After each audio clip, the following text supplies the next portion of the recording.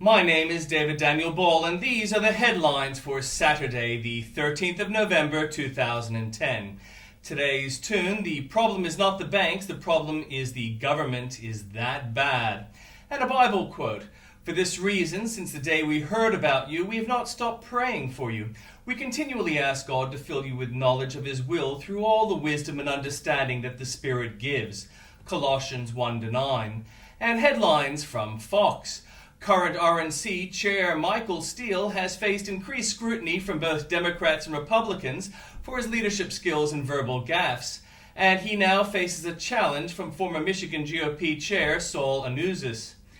12 in 2012, if Louisiana Governor Bobby Jindal were to run for president, he'd be the youngest commander-in-chief in history. Yet many cite his experience as his biggest selling point.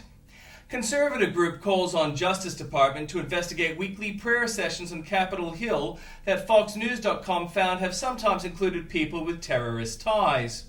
Police think they have found the remains of a 10-year-old Zara Baker who was reported missing by her parents last month in North Carolina. And in breaking news from news.com.au, Zara Baker's body has been found, North Carolina police have confirmed. Malaysia's parliament this week debated whether or not it was right for teachers to cane a 10-year-old boy for bringing pork to school. A group of friends came forward Friday as the buyers of a $128.6 million Powerball ticket bought at a Michigan porn shop, the Detroit News reported. Police believe a man whose body was found in Sydney's inner west died from a gunshot wound. U.S. scientists have warned that the full-body graphic image X-ray scanners being used to screen passengers and airline crews at airports around the country may be unsafe.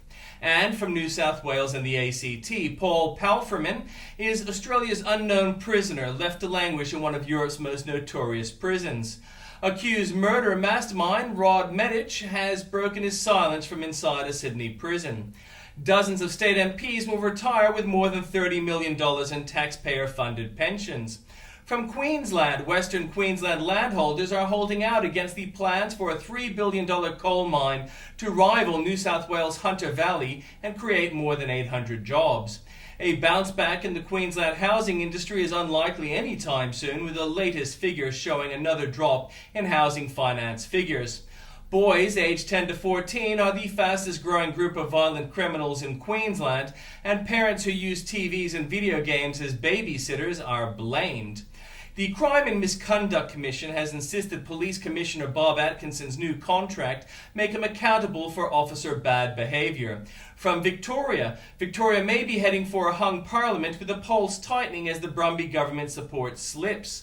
Labour plans to turn up the heat on Ted Baillieu in the final fortnight of the election campaign, probably because they have no actual worthwhile policies to point to.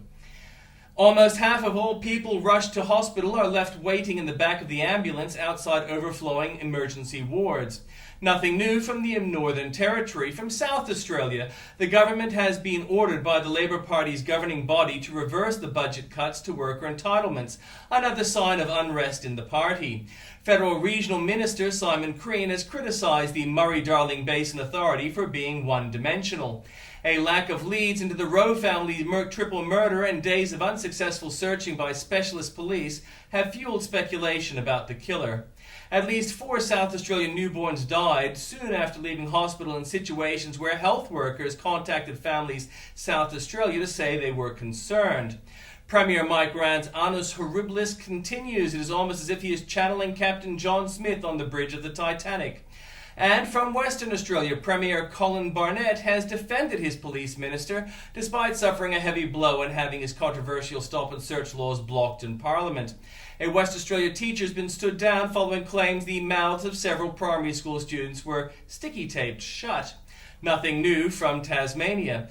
From the Journalist Corner, after White House senior advisor David Axelrod reportedly commented to the Huffington Post that Obama might be willing to extend Bush-era tax cuts to all tax brackets, the president clarified his position from the G20 summit. Exposing Sorosi, Beck on the billionaire's strategy to strike at Fox, plus reality check. Could Sarah Palin's Alaska be forced to pay big bucks in a lawsuit? The former president reveals his most prized possessions from his presidency. Greta has the must-see interview.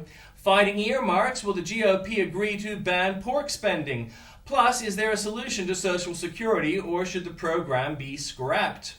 And in comments by Lieutenant General Thomas McInerney, a world without American leadership and military would be chaos. By Frank Donatelli, America, you ain't seen nothing yet.